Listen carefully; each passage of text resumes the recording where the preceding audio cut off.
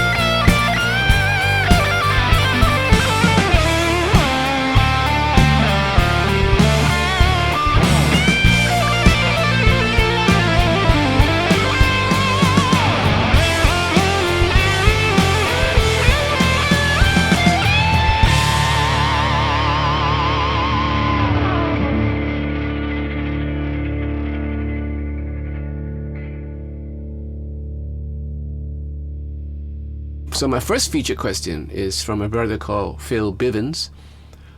He asked, what was the motivation for wanting to play guitar? Well, believe it or not, it's not because of girls. I grew up in a real musical home. My mom and dad, they both loved music a lot. So I always had that music playing around the house. I remember the most earliest memory I had was when I came back from kindergarten. I would come back and I would put on the record player and I would just play my dad's favorite records, which, you know, consists of musicals, some soundtrack from some movies. I remember our soundtracks from South Pacific, you know, our Sound of Music and stuff like that. You know, back in the 60s, this is what I was hearing when I was young. Like, you know, when I was 5 or 4, I started hearing music. And I remember hearing my first Beatles song when I was like about 6 or 7 years old. And it was very vivid to me because I was in a room with my cousins, and they were all girls, right? They were putting on makeups and they were planning to go out for a party or a tea party back then. And I was sitting on the couch watching them, like, you know, hang out and toy around with their hair and makeup. And we used to have this cable radio. It's called Radio Fusion, and it was playing "Can't Buy Me Love." And I was hooked, man. I was like, wow, that sounds so good. And there was no looking back from there because I just had the interest on music. I had my interest on music. I grew up I don't come from a real good or well-to-do family, so I have to save up money to buy little 45 EPs, or singles. I would buy like from my favorite artist was Glenn Campbell, and I used to buy his records. And later on, as I grew older, the more I saved, I started to buy albums, and that's where my whole interest in music picked up.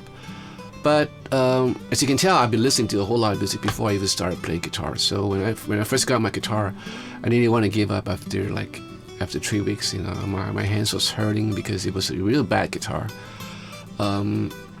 It was badly made. The action was so high. But I persevered. I bought those little books which chords, and then you have all my favorite songs from John Denver, stuff like that, and they have chords on top, and I would learn and sing along, and that's what I did. I was basically self-taught. So, in order to answer the question, what motivated me was my pure love for music. That's it. And that which brings me to the next question, and this was posed by another brother.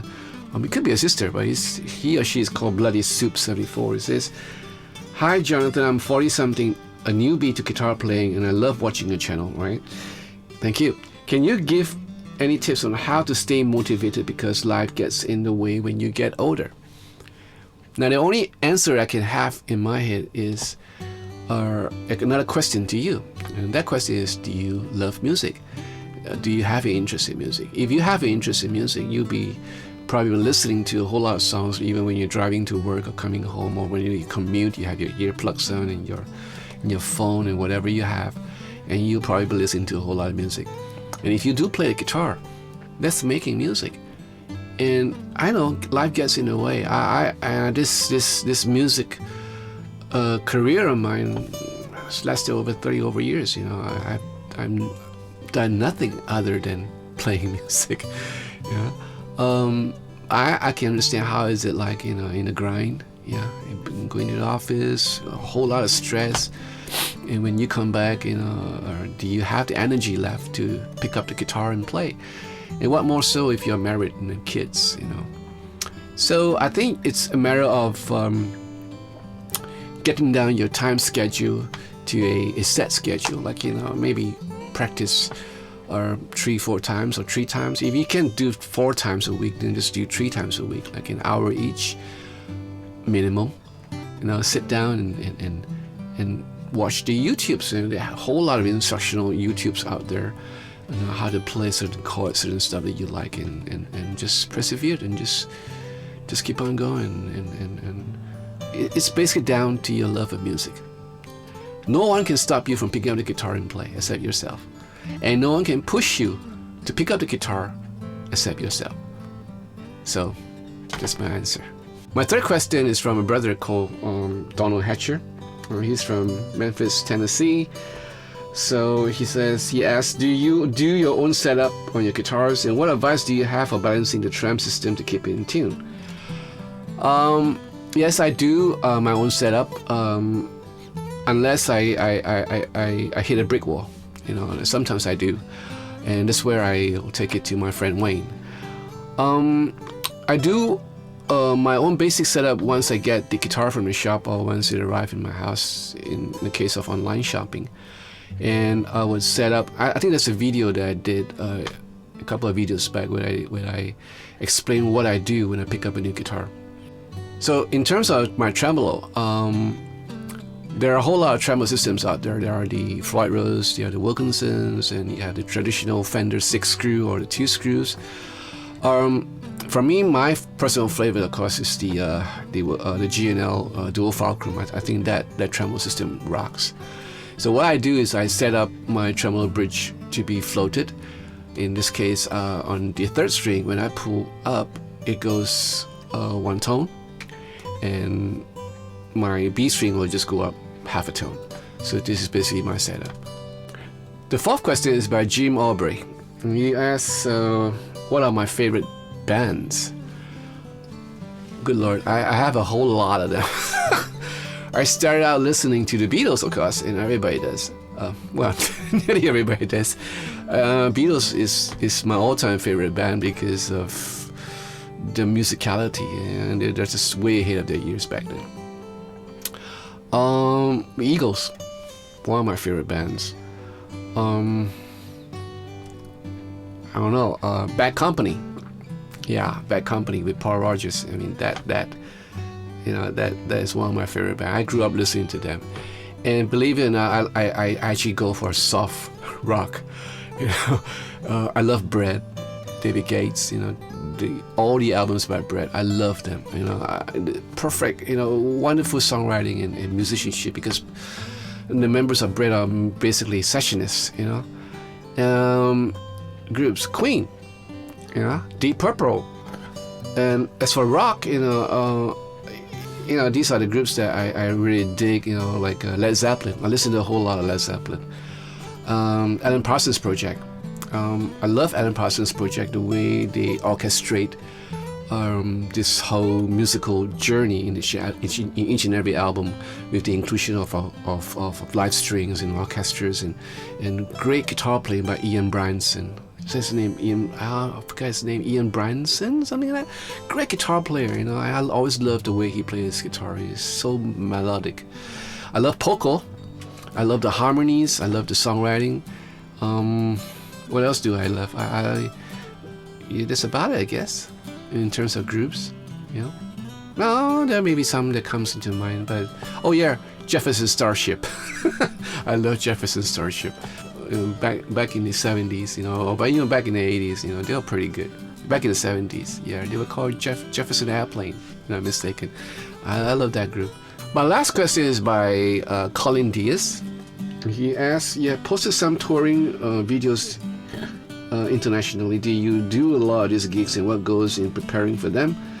And have you been doing this for a long time? Also, what are the challenges you face touring? In touring, what challenges do I face in touring regarding equipment? There's any do's and don'ts? Well, I've been doing this for like many years. About 25 years or so. Touring, doing gigs and doing shows and concerts. I do a lot of them. I still do. But, not so much as before, but I still do that.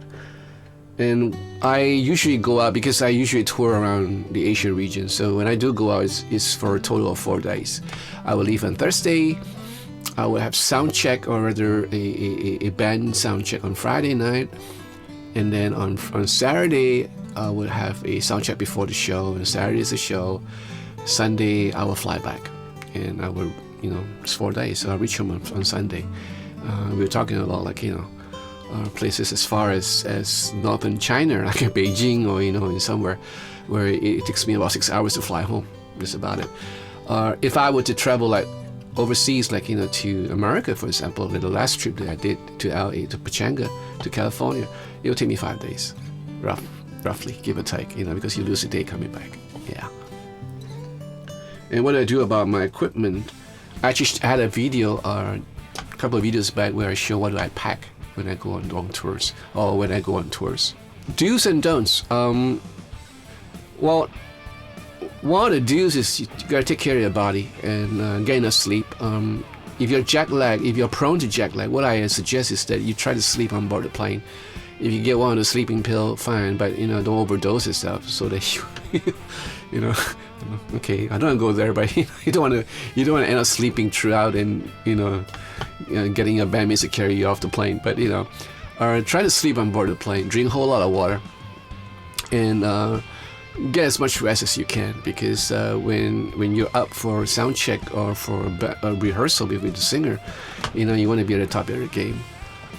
Don'ts, don't forget to bring stuff. That's the number one. Don't forget to bring essential stuff like guitar strings or picks, or even a guitar. I have players in the past. I have players who board the plane without board the plane, reached the destination and forgot, and finally realized, dude, where's my guitar? They left it at home. True story. Okay, so don't do that.